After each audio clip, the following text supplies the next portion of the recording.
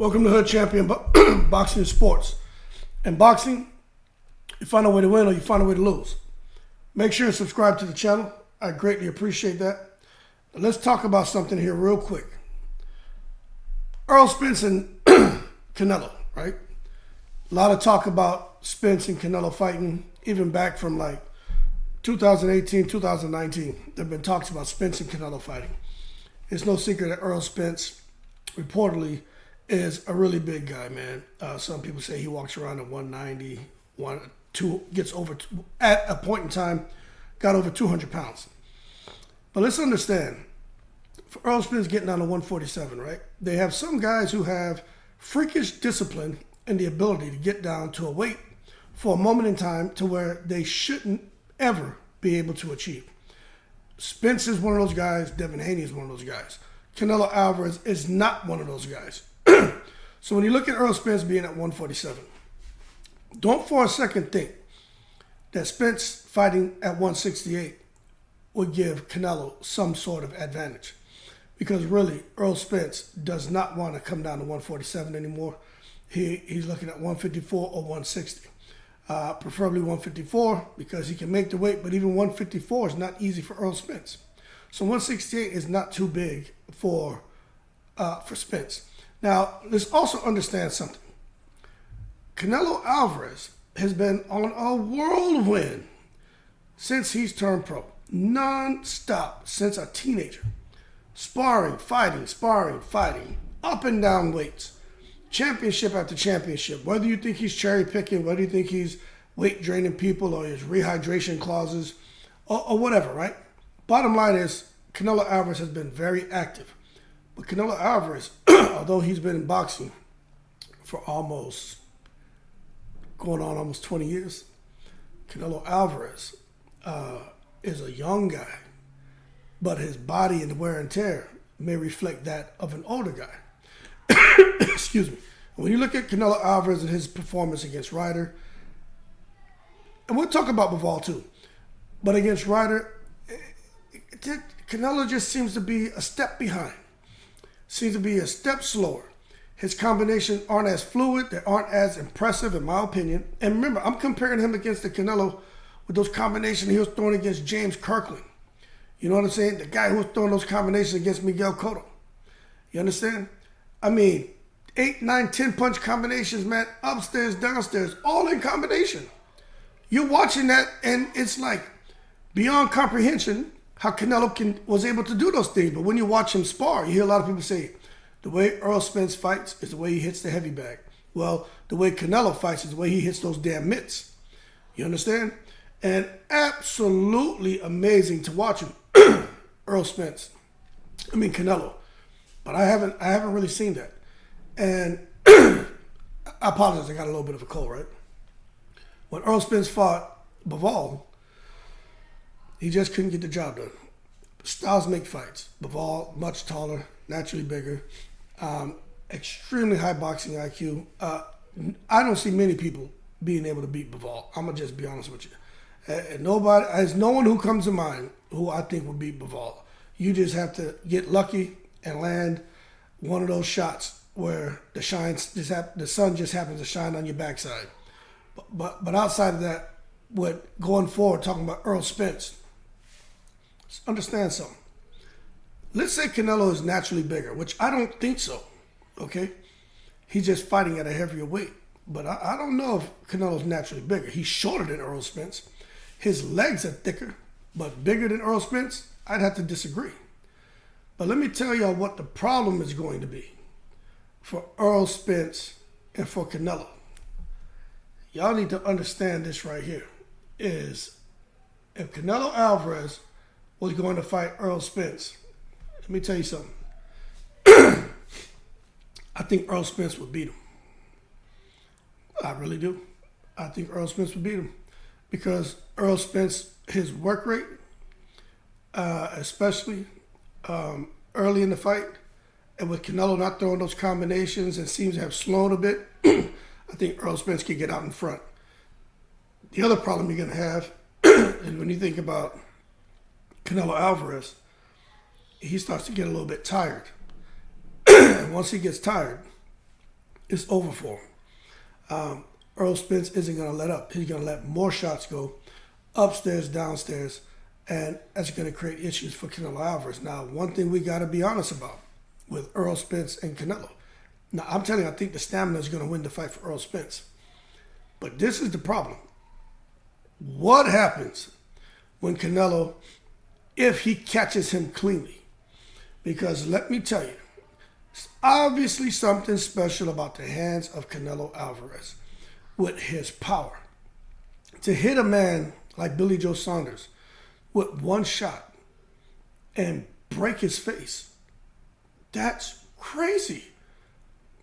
To fight Ryder and hit him with a single shot and shatter and break his nose, that's crazy. That happens, but it's crazy. But Canelo obviously has a kind of power. And I'm saying what I'm about to say, try to understand what I'm saying. With Errol Spence and the kind of that violent car accident that he went through and the type of damage he took to his body. And although he's been back performing well, we don't see any visible signs of injury and the pain. But Errol Spence, he mentioned that, his body, there's different things that ache and pain from here to there. That's a result of that car accident. There are still some things. Errol Spence will never be back. He'll never be 100% like he was before that car accident. But if he gets in with a guy like Canelo, who can get shots off to his body, to his head, and just basically beat on him like Canelo is trying to beat on Bivol to the arms and stuff, then you just never know how that fight's going to go. But for me, sitting back looking at it, we know what Canelo's done. Moving up and down, becoming undisputed, title after title. I mean, very respectfully and honorably represented Mexico and represented the sport of boxing. But today, if Spence can get past Crawford and part of that 3-fight deal for PBC and Canelo gets Errol Spence, especially if they fight at 168, let me just tell you, it'd be hard for me to just go against Errol Spence. I just think Errol Spence has more than enough as far as his offense, and he has probably the best stamina in the sport of boxing. And when he brings that in against a guy like Canelo Alvarez, who brings a lot to the table, but he's slowed a little bit. Look, I'm not taking nothing from Canelo. Let's just be real here, okay? He slowed a bit. And Canelo against the elite. When he fights Jamal, we're gonna see how that goes. But if he does not get past Jamal, who knows what happens next? Because the question is, this $100 million 3-fight deal with PBC. Does that mean Canelo has to win every fight? Because what he has to fight over there on PBC, he has to fight some killers. So I'm not sure he's going to get through whoever the 3 they're going to put in front of him. He may lose to all of them. But I damn sure feel he's going to lose to at least one. So let's just be real about that. And if that's the case, then I don't know what's going to happen. But I tell you what, if he takes a loss, Errol Spence going to fight Canelo, that's not going to carry as much weight as Errol Spence fighting a Canelo with no losses. But nonetheless, as we look at it right now, my opinion is that the difference between Spence and Canelo fighting at 168, if they were to fight tomorrow, would be Errol Spence and his stamina. Because Canelo and the single shots, I'm not saying it can't work, because Canelo's an amazing fighter. Amazing intelligence, amazing counter-punching ability, amazing vision in the ring. But I'm just telling you, I just feel like he's slowed just enough for an elite fighter like an Errol Spence, Benavidez, Morrell. Jamal has slowed down, okay? Look. Canelo Alvarez has fought 7 times since Jamal's been out the ring. 7 times. So, but Errol Spence has been bubbling along. But we just have to wait and see if the fight happens. But that's my 2 cents. Don't just rule out Errol Spence. I don't see how somebody can just rule out Errol Spence. Say he doesn't have a chance, Canelo's too big. How is he too big? cut it out. Errol Spence is what, like 5'11"? Canelo 5'7"? Canelo has big legs. Don't get me wrong, man. He's strong. But forget the size. Skills pay the bills. They both have skills. But I'm going to tell you from someone who's actually been in the ring, just like a lot of you been in the ring. You can have someone in there with all the power, all the speed, all the skill, no stamina. Their ass is in trouble against somebody who has decent skill, decent power, but exceptional stamina. I'm telling you, if they can get past the first 3 rounds, it's over for that person. Once you get tired, you fall apart. Simple. What I'm telling you is not an opinion. It's a fact. Their legs go, everything. Your mind goes. You're all over the place. You just want to be out of that ring. Especially that person is just, putting that heat on you. You don't have to be hitting you hard. It's just the fact that you've had that mental stress of someone is just on you and you can't escape. I'm telling y'all, man. I've been in there, man. I've seen it. I've done it to people. I had it happen to me. I got set up one time. I had to give y'all that story another time. But I know what that feels like, to have the stamina and just be out there and somebody just quits. But I know what it is to be in there, and after the first 2 rounds, you're dead tired, and you got this person in front of you who's coming full steam ahead.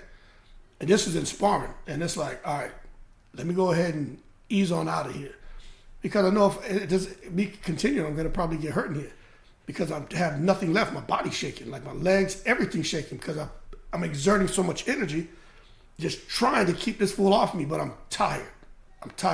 Your arms drop, your mouth's agape. It's a horrible feeling. If you've never done it, you wouldn't understand.